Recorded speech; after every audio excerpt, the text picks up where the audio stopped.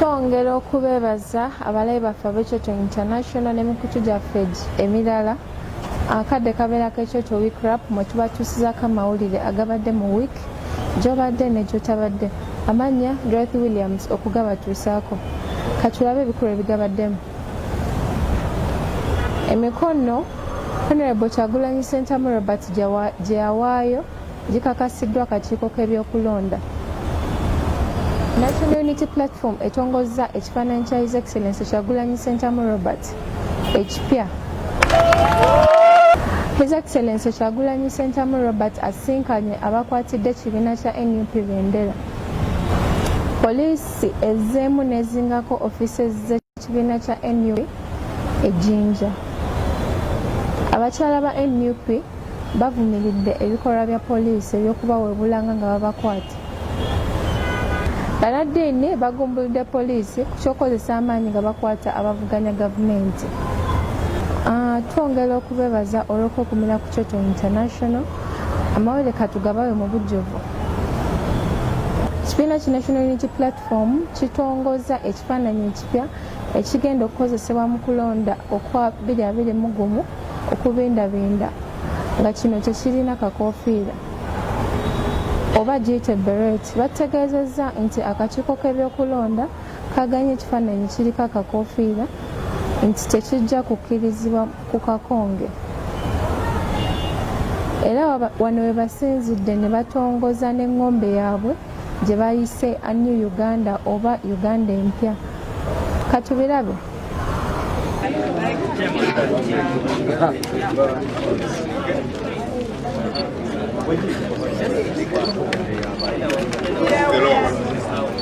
Standards and the one we present to you our campaign poster for Excellency Kyagulanyi Ssentamu Robert Bobi Wine. People power! Our power! People power! Our power! People power! Our power! NUP! Everywhere! Everywhere! NUP! Today, we are not only launching the poster but also the symbol for our campaign. And the symbol for our campaign is a new Uganda. Uganda Empia. The slogan for our campaign, is a new Uganda. Uganda Empia. Uganda Asia.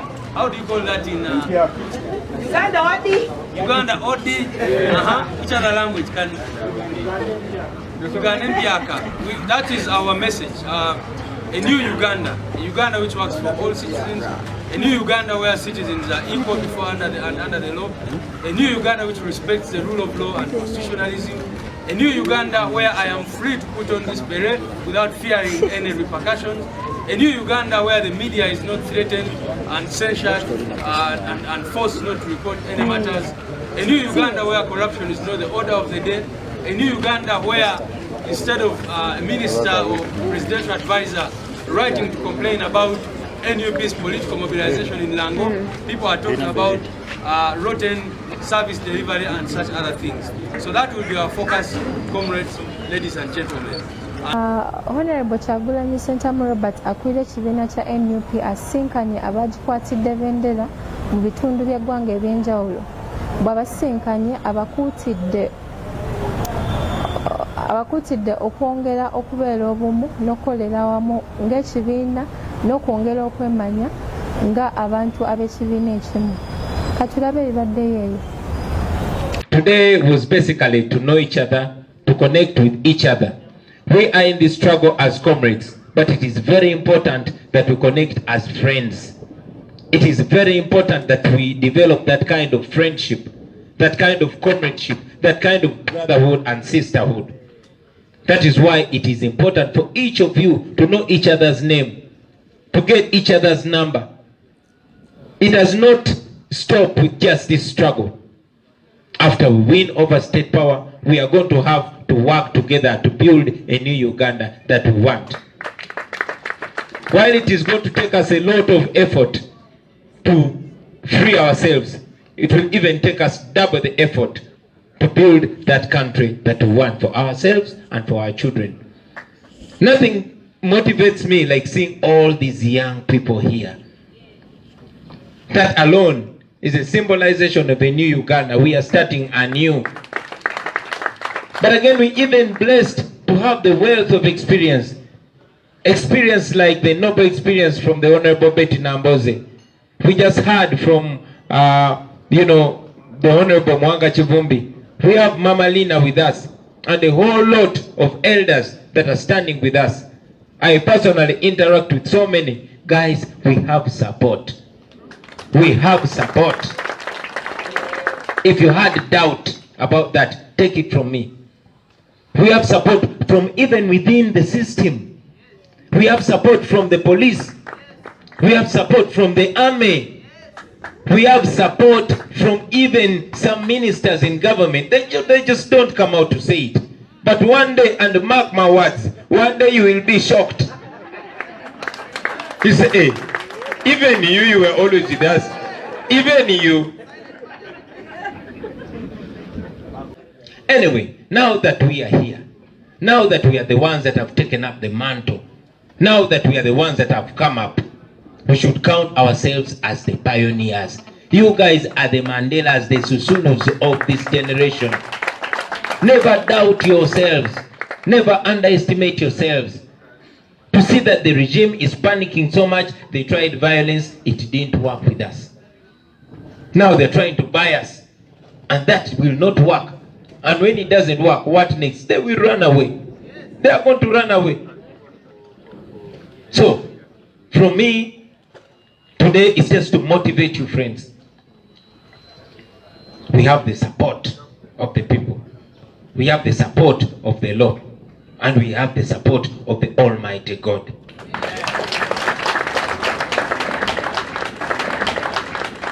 It was not a favor that we won the court case. No, it wasn't. There was no option. It was more dangerous for them to even, squash NUP. These people, they are damned if they stop us. They are damned if they let us move. So we are winning either way. Bwetweyongerayo mu mawulire Oweekitiibwa Kyagulanyi Ssentamu Robert emikono gye yawaayo okumusemba okwesimba ku bwapulezidenti gikakasiddwa era nga kati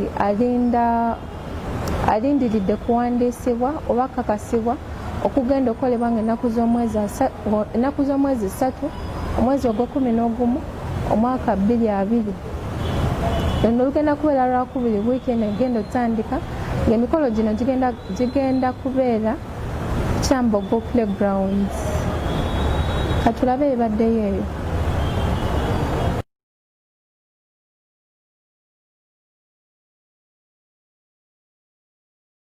Because there was every sign that the regime wanted to cancel the legal existence of the NUP.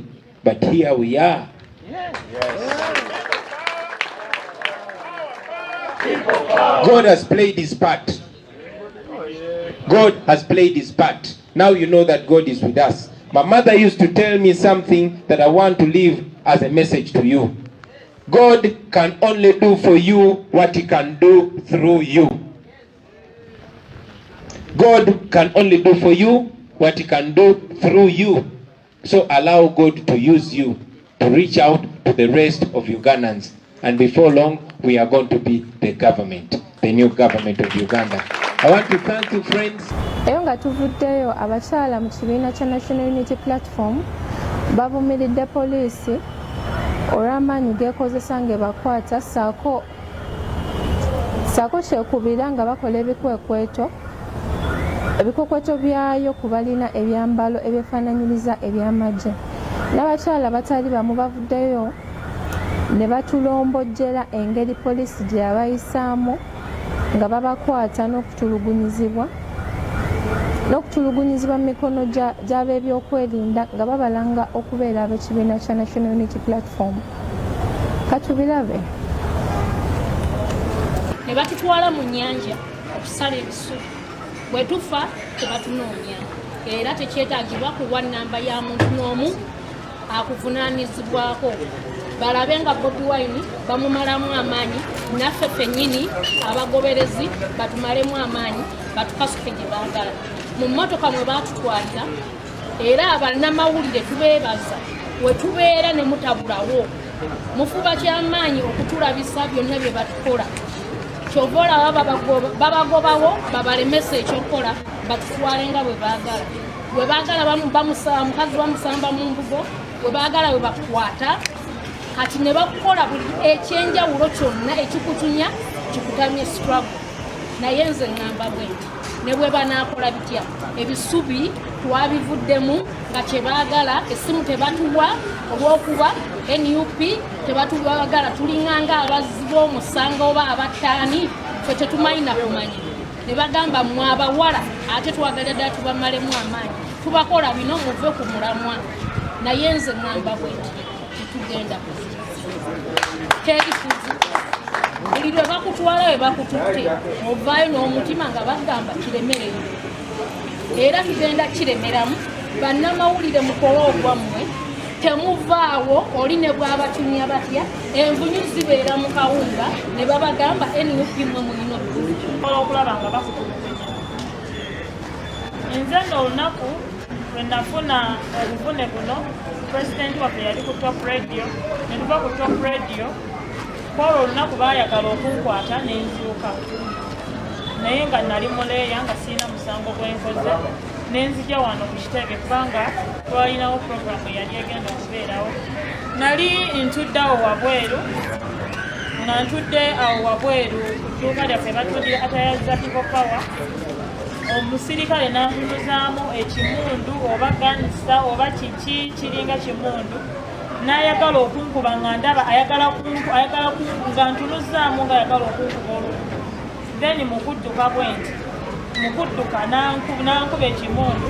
nankuba okugulu mukunkuba okugulu nze nasooka nensanyalala nga sikyabitegeera nenziruka emisinde mukudduka emisinde eyo nga nina ekimundu ate ekintu nekinyingira mu kimundu amaanyi ne ganzigwamu nentuula wansi bannanga abaaliwo ne bansitula basobole okulaba nga bantwala mu ddwaliro okufuna obujjanjabi so sigamba nti bankola ebintu ebyo nti nali mbavumye nali nina redi gye nyambadde kwolwo olunaku ndowooza nali nyambadde nga muntu wa bulijjo naye gamba nti batya nnyo abantu be balowooza nti bakokokawo naye nze nyongera okubajjukiza nti fenna tulina omusaayi gwe gumu bino byonna bye mutukola mu abatuleetera okubeera nga tetuzikiza singa ebintu ebimu mutuleka ne tubeera nga ne tukozesa eddembe lyaffe kubanga simanyi oba okuwagira Kyagulanyi omuntu aba yina omusango gwazizza nze nonkoowoola aba human rights mwenna gye muli muveeyo mujje mutulwanirireko abalwanirira abakyala kubanga si nze nzekka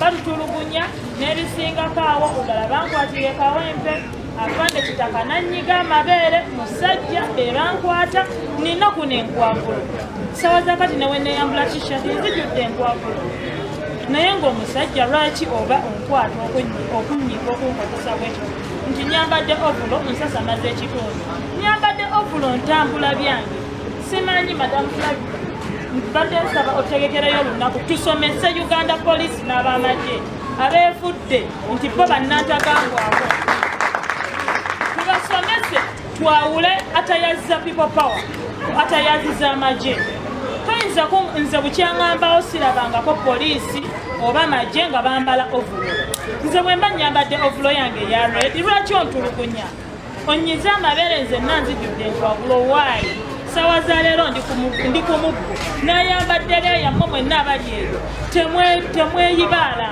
nebakera ku makyanga bakimanyi nti owagula Kyagulanyi sentamu bajja kulumbayo bayagala okutuusaako obuvune bagala okutuusaako obulabi nze nno embeera nyingi zembiseemu nti nali nsuseeko n'essasi oba amasasi ng'era baagala kuntwala so mu mbeera eyo batutiisatiisa olw'okuba ng'owagira Kyagulanyi bakukigomya gy'obeera ewaka tetukyabeerayo twaddukayo mu mbeera eyo tetumanyi Muzeeyi Museveni this message goes to President Museveni mutugamba nti Uganda mulina demokrasiya of which mulimba bannange mwenna abali eyo Uganda tulina demokrasiya kubanga bw'ovaayo okulaga sayidi gy'owagira bakutwalaganya so ng'abantu ba NRM abantu abambadde yero babeerawo ne batambula ne bambala obulozi zaabwe teri abagambako So nze Muzeeyi Museveni nkugamba ebyo byonna byokola kitegeeza nti otidde Kyagulanyi.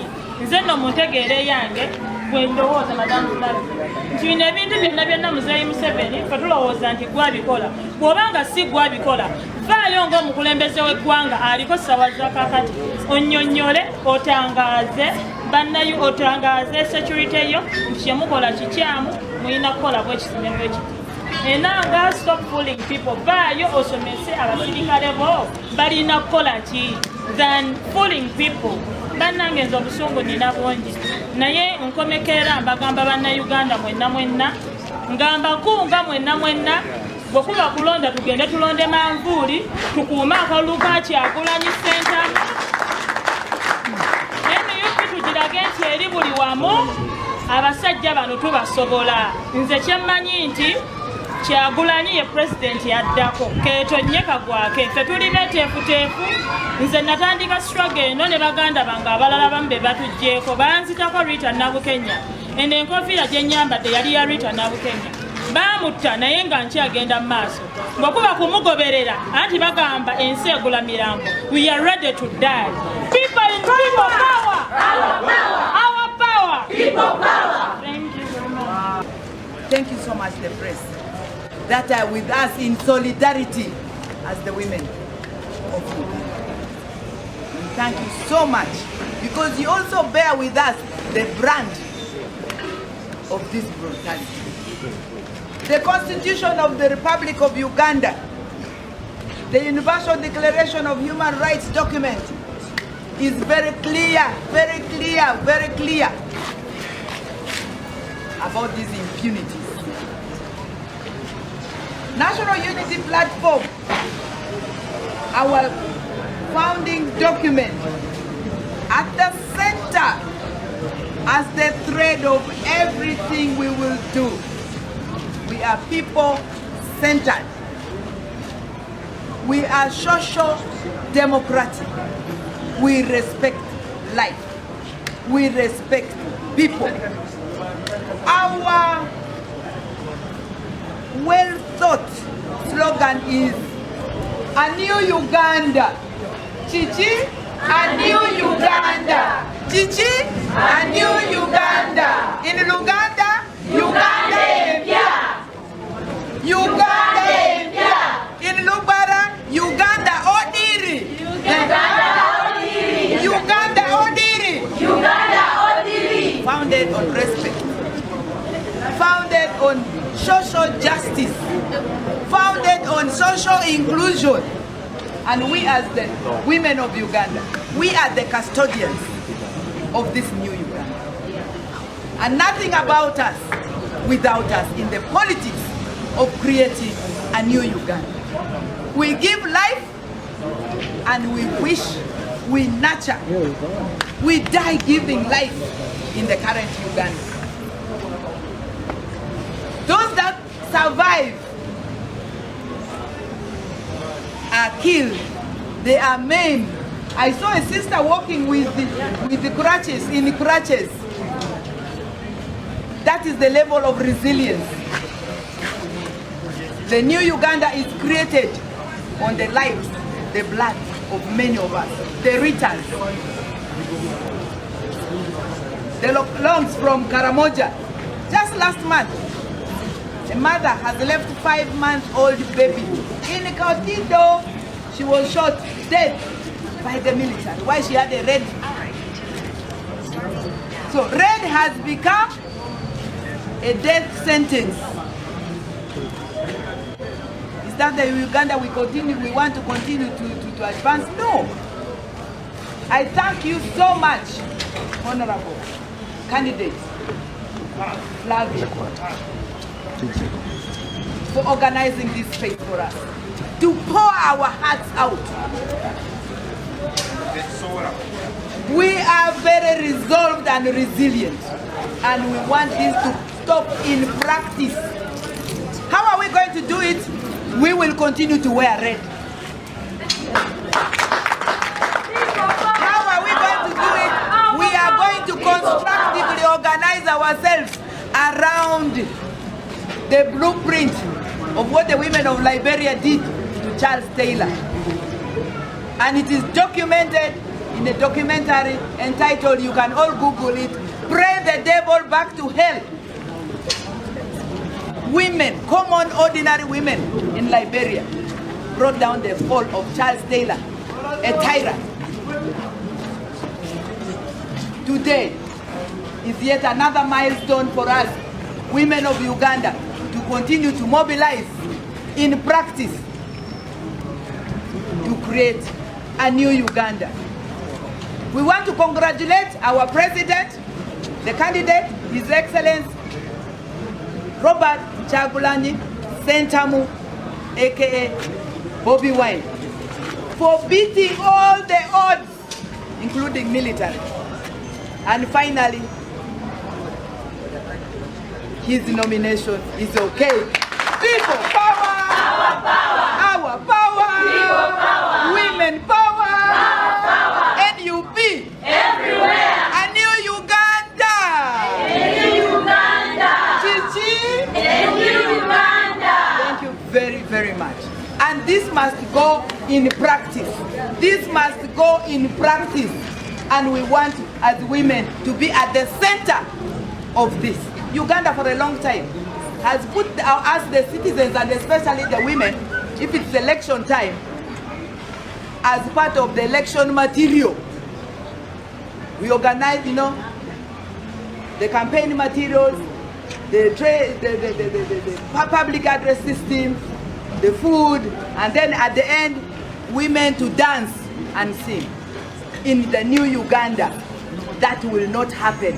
We are saying no to that. We are not campaign materials. We are citizens of Uganda. We are crafting very consciously with our hearts the new Uganda, based on humanity, based on the respect for each other, based on our identities as women in Uganda. We frame the identities of Uganda. It is okay to be a Muganda. Celebrate it. It's okay to be a Lubara like me. Celebrate it. It's okay to be, a Karamojong. Celebrate it. We are saying enough is enough to the looting of our resources. We are saying enough is enough in terms of the exclusion in decision making. We are creating a new Uganda where decision making, political participation is by choice and by decision. Free. And it's okay to make that decision. We are creating a new Uganda where there is respect for constitutionalism and institutionalism. Institutions, strong institutions. We are creating a new Uganda where we are saying we go to hospitals to give life and not to die giving life. We are saying no to these endless massacres. We are creating an education system founded on human security. 3 A's: athletics, academics, and arts. We are going to work on our talents. And who are one? Yes. If we have the artists here, we can start sampling. We will sing our way to the new Uganda. We will dance our way to the new Uganda. We will ensure that it is inclusively done. Police, we are going for you. Documenting individually. We need social accountability for the missing. We are aware of the abductions, the arrests, the inhuman, cruel, degrading conditions in the prisons, the total disregard for age. Minors are treated like adults. We are very sick and tired of you following us through our families, our workmates, isolating us on. But do you know what? I love coffee, I love tea. A good tea is made out of very hot water. You are putting us in hot water and we are coming out as the best team in politics. Let's organize, let's move this from Kamocha to where the real women are roasting maize and being beaten. In the hospitals, let us flood with our agenda of creating a safe, secure, predictable space for Ugandans by choice, because it is our constitutional right. Let's invade all the institutions that are keeping silent. We are inviting and invoking and provoking all partners that the Uganda now is not what we want to see. 2021, we want a new and fresh chapter. And we are determined, and we know the wave of change is guiding us. It is coming. To the military that hide sometimes in police uniforms, power belongs to the people. And people are very resolved. You will brutalize them physically, but their spirit you are hardening. So let us go back to our kitchen, let us go back to our drawing board, let us go back to our market stalls, let's go back to where women will have power and start holding not only those conversations, but putting it into practice. And because by this brutality, everybody is affected and infected, including the police themselves. Everybody, including the military themselves. So we want an inclusive safe space. We want an inclusive free Uganda. We want an inclusive secure Uganda. We want an inclusive prosperous Uganda. A Uganda where we are accountable to each other.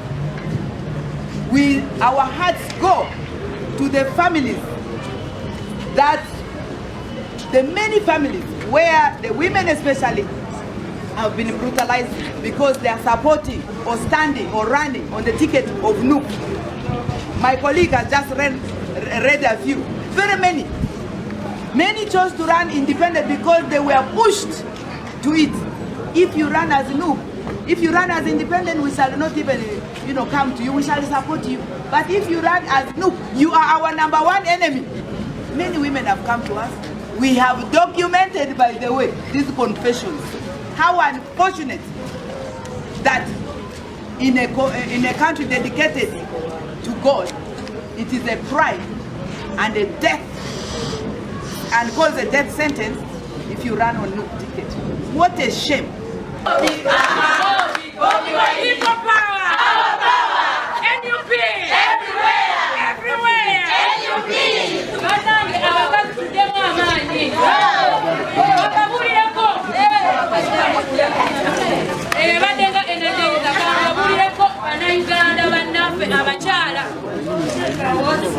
Tuli mukunyigirizibwa bana mwandu bangi nnyo mu Uganda. Lwaki baba baffe banyigirizibwa? Baba baffe bali ku first grade. Mubeera abakyala tweyunge ku Kyagulanyi, tumulonde tutuuse gavumenti eno mu bulungi.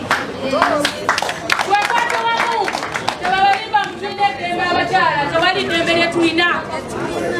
Mutunulye n'abalaba n'amwandu abali mu nsi egyetya lwakunyigirizibwa kwe tulimo mu nsi eno. Muveeyo temwebaka, twewaddeyo oba kufa oba Mukama yagamba nti nze Aisha Nakayenze ngenda kufiira mu ligimu ya Bobi Wine eno ng'atuusa bukerembeze. Nja kufa naye abaana bange babeere bulungi enkya. Amaanya nze Aisha Nakayenze ayimiridde e Sirongo District Command MT. Bannayuganda bannaffe seniweereyo baana Sirongo mwesizana ibalombe nti mukuwambireko mwanise ekintu kibale kukyusa gavumenti kuli buubi kulikubonaabona bimwinyuka erasi mukatiisibwatiisibwa dda. Tewali musango nze gwe mba nkoze nga nyambadde bereeti eno. Eno bereeti esoma etya? Esoma people power. Oli kulaba tesoma magye. Kale bannange abana human rights mwenna we muli bonna musituke mujje mutukwatireko mutuyambe. Tuli mu kubonaabona, tuli mu kunyigirizibwa fe abavuddeyo fe abatono naye bangi abali eyo abanyigirizibwa basirise naye banaye tuvuddeyo mujemu tweyungeko okulaba ensi ekyuka tufune emirembe bobi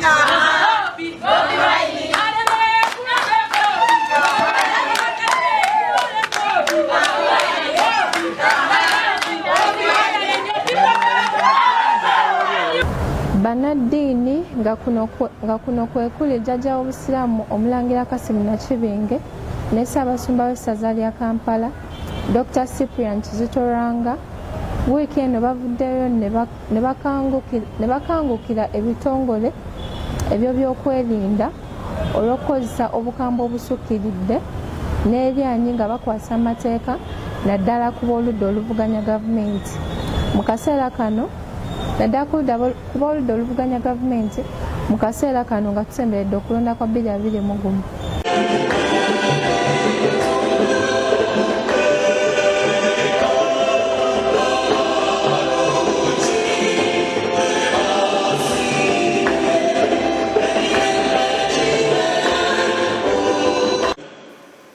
Kuzoga amasiza amalungi getulina bwe twali tuzasekamu wano babishopu Sabajja okuva mu Afrika yonna beewuunya obulungi bwa katiddo yaffe eno bannange ekyali emitiyana tukitegeere ffe bannange tusagira mu bya misa. The Holy Eucharist, the summit of our faith, and is the main celebrant who tells what to do. Kati ogenda obugenzi ate sigamba nti baliko ekyamu kyebakoze okwekayo bwegayirizi to stop kwana stopping. This is a question of faith. Olwatwala okuwayo obulamu olw'okubeera ekyo. Christians were called upon to forgive. Era abo abeetonze twabasonyiye naye nga tusaba kino obutaddibwamu ekambasomero articles ezimu ezirelevant.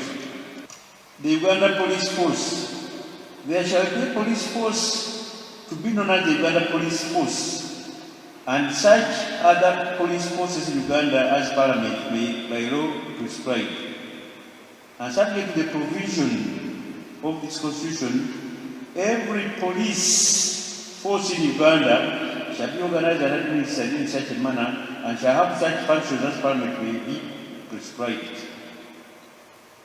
The police shall be nationalistic, patriotic, professional, disciplined, competent and productive. Twongera okubeebaza olw'okukumira ku Kyoto International ne YouTube channel yaffe Ekyoto TV ne twongera n'okubeebaza okwekuumira ku Kyoto okulaba bye tubaweereza tukyagenda maaso n'okubaweereza. Mwebale nnyo, mwebalire ddala. Amannya Dorothy Williams.